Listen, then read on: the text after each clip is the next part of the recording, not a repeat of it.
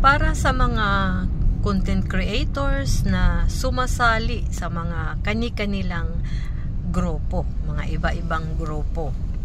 Alam naman natin na ngayon nauuso, trending ngayon ang pagsali ng may kani-kaniyang grupo.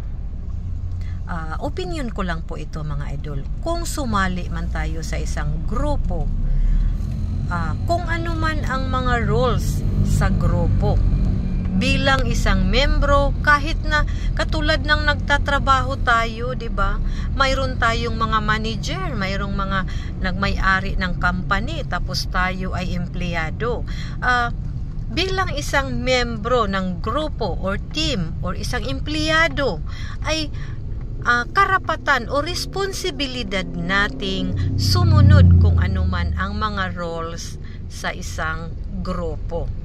For example, nag-decide ang isang admin or ang isang founder ng isang grupo na alisin ka sa isang grupo kasi mayroon kang mga nagagawa na medyo labag sa mga rules ng isang grupo, ay huwag tayong magalit kasi nakapag-decide ang admin or ang founder ng isang grupo na alisin tayo kasi depende na din sa ating performance. O huwag tayong bitter, huwag tayong mag-post sa social media sa galit natin, doon tayo magpaliwanag kung bakit ka natanggal, bakit ka ganon, bakit ganyan. Kasi ang mga kaibigan natin or ka-reels na hindi kasama sa team ay hindi po nila alam kung ano ang totoong pangyayari. Siyempre, hindi makapag-defend ang founder or ang admin ng yung sinalian na grupo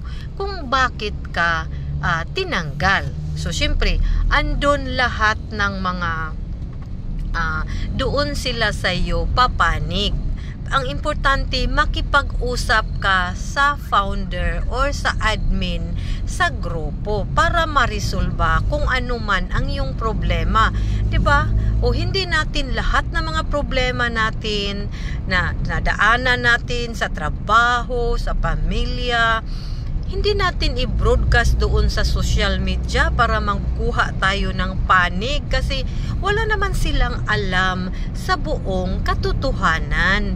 'Di ba? Lahat naman ng mga problema ay pwedeng pag-usapan, mga idol. So, yun lang mga idol. Sana nakatulong at mag-ingat tayo.